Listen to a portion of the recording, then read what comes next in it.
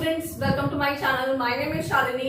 आज हम लोग पढ़ेंगे क्लास 10th का चैप्टर नंबर 4 जो हम डिस्कस कर रहे थे, उसी का सेकंड लेक्चर होगा हमारा। इससे पहले मैं carbon and its compound chapter में आपको दो चीजें करा चुकी हूँ। सबसे पहले हमने इंट्रोडक्शन डिस्कस किया था एंड आफ्टर दैट हमने अच्छे से डिस्कस कर लिया था कि एलोट्रोप्स ऑफ कार्बन क्या होते हैं, कितने तरह के एलोट्रोप्स होते हैं, क्रिस्टलाइन, अमोर्फस, वो भी हमने डिस्कस कर लिया था। उसके बाद हमने डायमंड जो है एलोट्रोप, उसको भी डिस्कस किया था, उसकी physical properties and uses discuss कर लिए थे। तो जो स्टूडेंट्स मेरे वीडियो में फर्स्ट टाइम आए हैं वो आई बटन से देख सकते हैं उस वीडियो को भी, उस लेक्चर को भी। तो आज हम चलते हैं पार्ट 2 डिस्कस करने के लिए। Today is lecture number 2। तो स्टूडेंट्स आज हम लोग डिस्कस करेंगे एलोट्रोप नंबर 2, ग्रेफाइट। एलोट्रोप जो है कौन सा, ग्रेफाइट डिस्कस करेंगे हम। ग्रेफाइट की स्ट्रक्चर डिस्कस करेंगे पहले, उसके बाद में उसकी physical properties and uses discuss करने वाले हैं। तो स्टूडेंट्स ग्रेफाइट की बात करते हैं। ग्रेफाइट होता क्या है? ग्रेफाइट एक एलोट्रोप है किसका, कार्बन का। और ये मिलता कहां से है? ये भी हमें मिलता है अर्थ क्रस्ट में से, अर्थ में से निकाला जाता है। इसकी जो प्रॉपर्टीज होती हैं वो देखने में कैसा होता है, ये ग्रेइश ब्लैक कलर का होता है। तो सारी बातें लिख लेते हैं। ग्रेइश ब्लैक सॉलिड है ये, और ग्रेइश ब्लैक कलर का होता है। नंबर 2, ग्रेफाइट जो है उसकी स्ट्रक्चर कैसी होगी उसको डिस्कस करते हैं। इंटरनल स्ट्रक्चर कैसी है, मैं आपको ड्रॉ करके दिखा रही हूँ। ये बहुत लेयर्ड स्ट्रक्चर है। लेयर्ड का मतलब है कि लेयर्स बनी हुई है, इसके अंदर काफी सारी लेयर्ड स्ट्रक्चर है। तो बच्चों देखो किस तरह से लेयर बनी होगी। हेक्सागोनल लेयर्स बनानी है आपको। हेक्सागन आप जानते हैं, ऐसा स्ट्रक्चर जिसमें 6 कॉर्नर्स हो। तो आपने हेक्सागन ड्रॉ करना है। इस तरह से आप हेक्सागन ड्रॉ करें, ठीक है, इस तरह से। अब ये एक लेयर हो गई।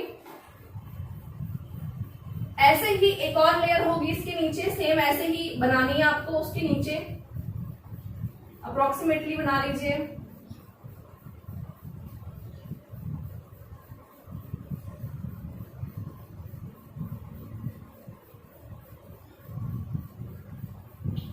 अब स्टूडेंट्स हम क्या करेंगे, ये फर्स्ट लेयर है, ये सेकंड लेयर है। We have to join these layers, इनको हम ज्वाइन कर रहे हैं।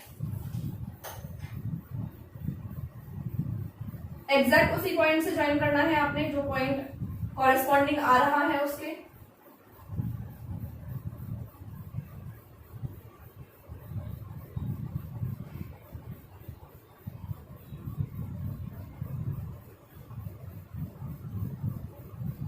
इस तरह से आप ज्वाइन कर दीजिए।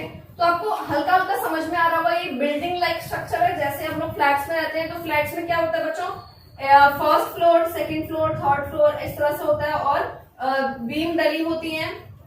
तो ये उसी तरह का स्ट्रक्चर है। First layer, second layer, third layer, fourth layer, और उनके बीच में जो ये मैंने डॉटेड शो किए हैं, एक फोर्सेस है। फोर्सेस का मतलब होता है बच्चों, बॉन्ड्स एंड फोर्स दो अलग तरह की चीजें होती हैं। बॉन्ड्स का मतलब होता है जब दो एटम्स अच्छे से टाइटली जुड़े हुए होते हैं।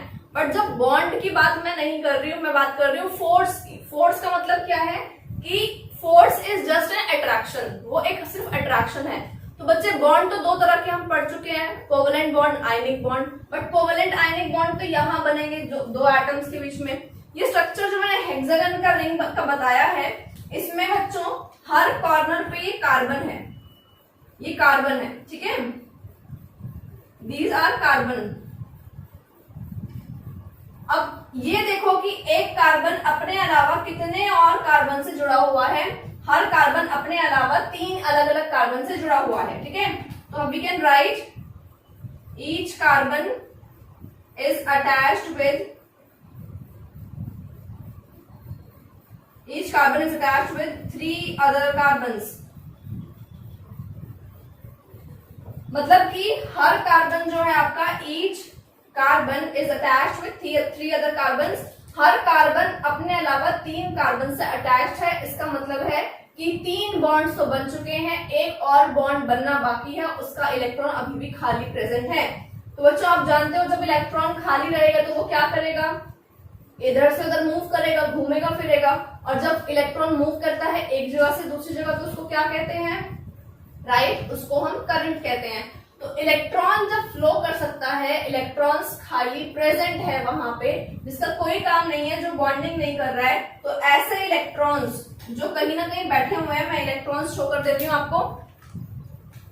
मान लीजिए यहाँ पे एक इलेक्ट्रॉन है, इलेक्ट्रॉन, हर कार्बन के पास एक खाली इलेक्ट्रॉन है, ठीक है। तो ये इलेक्ट्रॉन्स क्या करते हैं बच्चों, ये इलेक्ट्रॉन्स फ्री होते हैं क्या करने के लिए, मूव करने के लिए।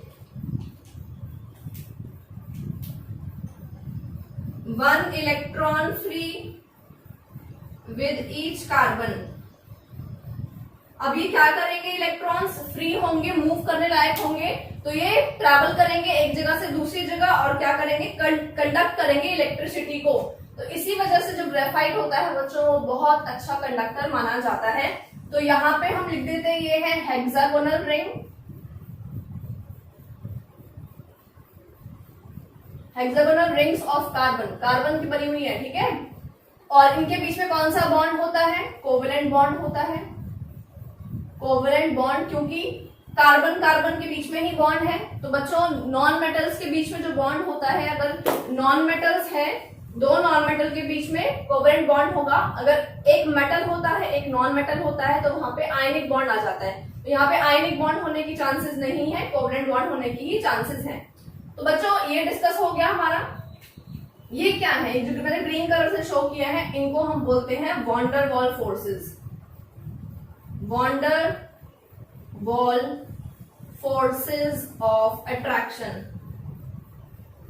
आप अच्छे से जानते हो फोर्स का मतलब क्या बताया मैंने आपको, बॉन्ड अलग चीज है, फोर्स अलग चीज है।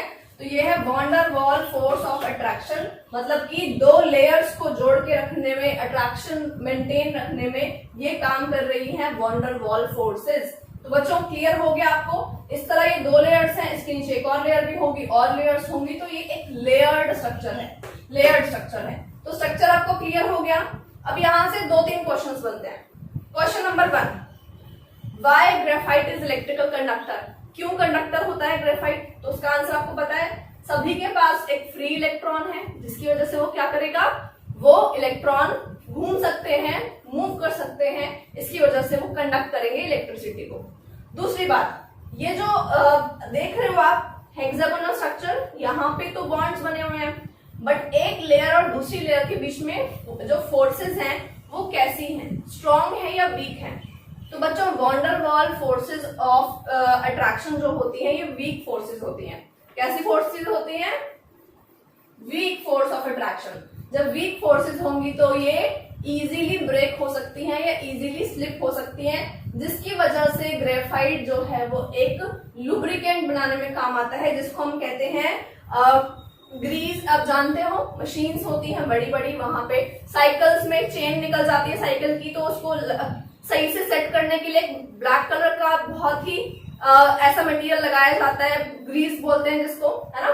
तो वो ग्रेफाइट से बनता है। तो ये एक स्लिपरी मटेरियल होता है। स्लिपरी का मतलब इजीली स्लिप हो जाएगा। तो ऐसा क्यों होता है बच्चों ये? क्योंकि यहाँ पे एक लेयर और दूसरी लेयर के बीच में फोर्सेस जो है वो स्ट्रॉन्ग नहीं है।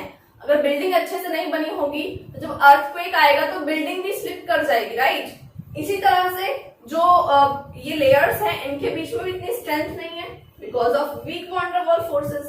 फोर्सेस वीक है तो प्रेशर अप्लाई करते ही ये स्लिप कर जाती हैं लेयर्स, और क्या बन जाती हैं, लुब्रिकेशन बनाने में, लुब्रिकेंट्स बनाने में, मशीन के पार्ट्स में इनको यूज किया जाता है, इसलिए ग्रेफाइट जो है वहां भी यूज होता है। चलिए स्टूडेंट्स लिख लेते हैं इन सारी बातों को। चलिए come to the next point, physical properties. Physical properties of graphite.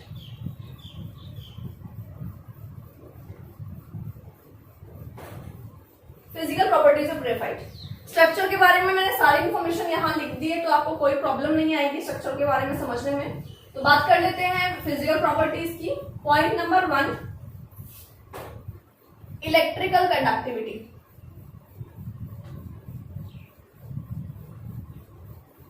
तो बच्चों बताओ, खुद सोचो आप, इलेक्ट्रिकल कंडक्टिविटी होगी या नहीं होगी? क्या ये अच्छे इलेक्ट्रिकल कंडक्टर्स होंगे? यस या no?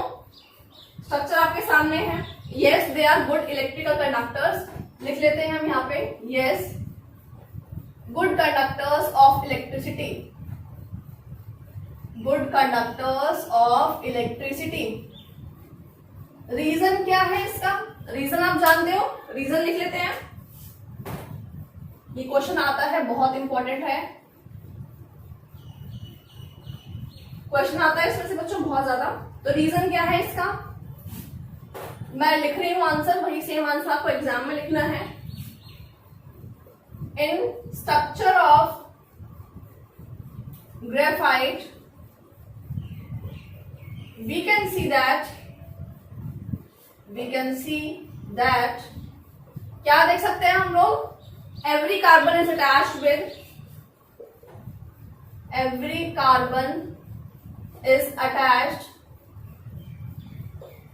with other 3 carbon atoms and 1 electron is free with each carbon, which can conduct electricity. तो ये हमारा यहाँ पे आंसर कंप्लीट हो गया है कि ये कंडक्ट कर सकता है because it is having 1 electron free. 1 electron free है जो कंडक्ट कर सकता है इलेक्ट्रिसिटी को। तो बच्चों सेकेंड पॉइंट पे आ जाते हैं, डेंसिटी। डेंसिटी का मतलब होता है डेंस होना, स्ट्रक्चर कितना डेंस है। डेंस मतलब पार्टिकल्स कितने क्लोज प्रेजेंट हैं। तो आप यहाँ पे स्ट्रक्चर देख पा रहे हो, स्ट्रक्चर में पार्टिकल आपको नजर आ रहे हैं क्लियरली, दूर दूर हैं, मतलब वॉल्यूम एरिया ज्यादा है, एटम्स कम है। तो इसका मतलब density is less as compare to diamond. Diamond का स्ट्रक्चर मैंने लास्ट क्लास में करवाया था, आपने उसको अच्छे से देखा कि डायमंड का जो एक एक एटम है वो 4 एटम से अटैच्ड है। तो स्ट्रक्चर में कम जगह में ज्यादा एटम्स थे और यहाँ पे ज्यादा जगह में कम एटम्स हैं। तो कह सकते हैं डेंसिटी जो है इसकी लेस है, density less than diamond. Diamond से कम डेंसिटी है, डायमंड से कम डेंस है, डायमंड से जो है एटम्स यहाँ पे ज्यादा दूर दूर हैं। तो डेंसिटी इज लेस हो गई स्टूडेंट्स। चलिए come to the next point, slippery nature. Slippery nature, slippery nature की वजह से इसको कहां यूज किया जाता है? इन लुब्रिकेंट्स। स्लिपरी नेचर क्यों है? Because of weak van der Waals force of attraction in 2 layers of carbon. तो weak van der Waals force of attraction है जिसकी वजह से 2 लेयर्स इजीली स्लिप कर सकती हैं, तो स्लिपरी नेचर हो गया। एंड इसका एप्लीकेशन क्या होता है? इसी पॉइंट का एप्लीकेशन है, it is used in lubricating grease या ऑयल्स। जो मशीन्स में, जो भी बड़ी बड़ी हैवी मशीन्स होती हैं उनमें जो भी लुब्रिकेटिंग मटेरियल डलता है उसमें ये यूज किया जाता है, उसमें ग्रेफाइट का ही यूज होता है। तो students let's come to next property. Next property is, अब हम बात कर लेते हैं यहाँ पे थर्मल कंडक्टिविटी की। इलेक्ट्रिकल कंडक्टिविटी डिस्कस्ड है, we are discussing thermal conductivity.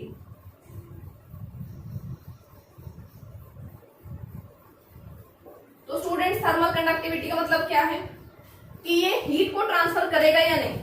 मतलब अगर हम ग्रेफाइट को एक जगह से हीट करेंगे तो क्या ये दूसरी जगह हीट को ट्रांसफर करेगा? यस और नो? सोचो जरा। हीट ट्रांसफर करने के लिए भी आपको पार्टिकल्स चाहिए जो एक जगह से दूसरी जगह तक जा सकें हीट को लेकर के। तो ये थर्मल कंडक्टर का भी काम करते हैं बिकॉज इलेक्ट्रॉन हीट ट्रांसफर भी कर सकते हैं। तो हम लिख लेते हैं यहाँ पे yes, because of free electrons. तो फ्री इलेक्ट्रॉन की वजह से ये क्या कर सकते हैं? हीट को भी ट्रांसफर कर सकते हैं बिकॉज यहाँ पे इलेक्ट्रॉन्स काफी ज्यादा फ्री हैं। ठीक है स्टूडेंट्स, ये हो गई फिजिकल प्रॉपर्टीज और ये हो गया स्ट्रक्चर। अभी हम लोग डिस्कस करते हैं यूजेस ऑफ ग्रेफाइट। अब हम डिस्कस करते हैं यूजेस ऑफ ग्रेफाइट को।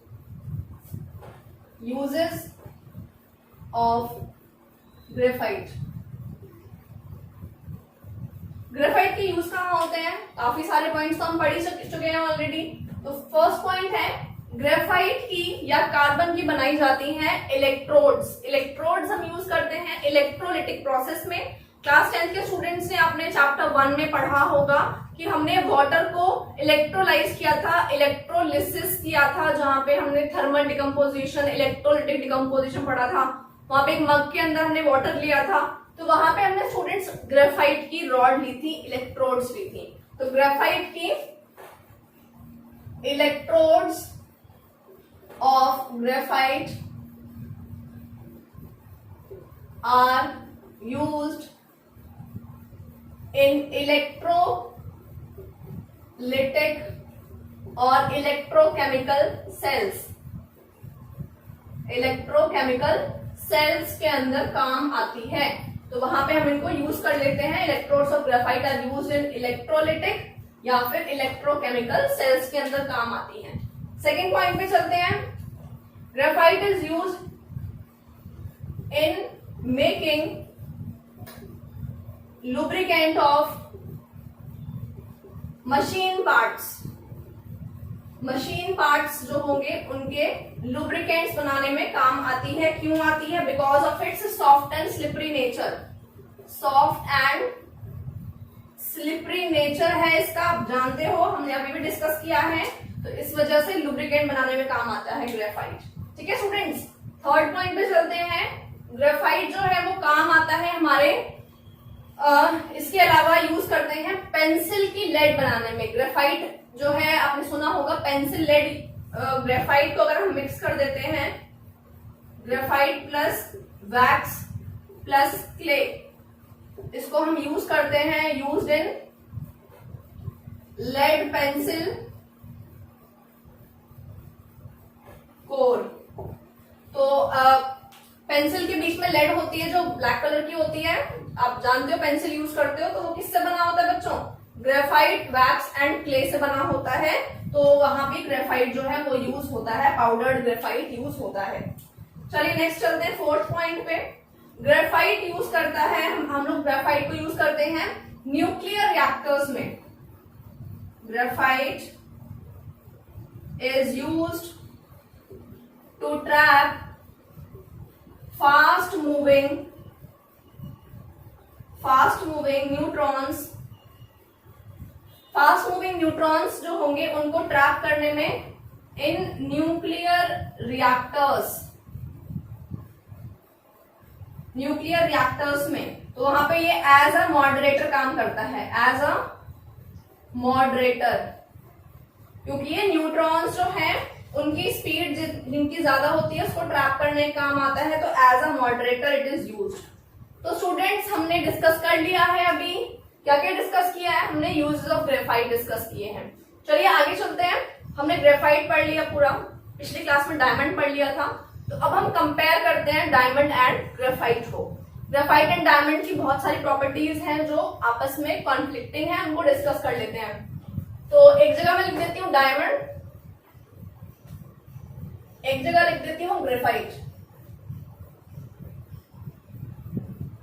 तो आप अच्छे से मैच कर पाएंगे कि क्या डिफरेंसेस है इनके बीच में। तो बच्चे पहला पॉइंट डिस्कस करते हैं, दोनों में से डेंसिटी किसकी ज्यादा है? डायमंड की डेंसिटी ज्यादा है, डेंसिटी हाई, डेंसिटी लो। आपको पता है ग्रेफाइट में पार्टिकल्स जो होते हैं वो थोड़े दूर दूर होंगे तो डेंसिटी कम होती है, यहाँ पे पार्टिकल थोड़े पास पास होते हैं तो डेंसिटी ज्यादा होती है। तो पहला पॉइंट तो यही हो गया। पॉइंट नंबर 2, स्ट्रक्चर कैसा है डायमंड का? 3 डायमेंशनल स्ट्रक्चर है, ये 2 डायमेंशनल स्ट्रक्चर है, it is 3D structure. And graphite का स्ट्रक्चर कैसा है? लेयर्ड स्ट्रक्चर है, तो इसको हम बोलेंगे 2 डायमेंशन स्ट्रक्चर। तो स्ट्रक्चर जो है वो दोनों का अलग अलग है। डायमंड का 3D स्ट्रक्चर पढ़ते हैं एंड ग्रेफाइट का हम 2D स्ट्रक्चर पढ़ते हैं। नेक्स्ट पॉइंट पे आते हैं, point number 3, diamond is transparent. Transparent होता है, शाइनी होता है। एंड यहाँ पे जो ग्रेफाइट होता है बच्चों, डायमंड की तरह ट्रांसपेरेंट नहीं होता, ओपेक होता है। ब्लैक कलर का होता है, ठीक है, ग्रेइश ब्लैक होता है। It is shiny and it is greyish black. दोनों की अपीयरेंस बहुत ज्यादा अलग है, ठीक है, दोनों ही एलोट्रॉप्स हैं कार्बन के, still they have different properties. Come to point number 4, diamond electrical conductor तो है नहीं है, sorry, diamond is not electrical conductor because चारों के चारों एटम्स बिजी हैं, बट थर्मल कंडक्टर है। Electrical conductor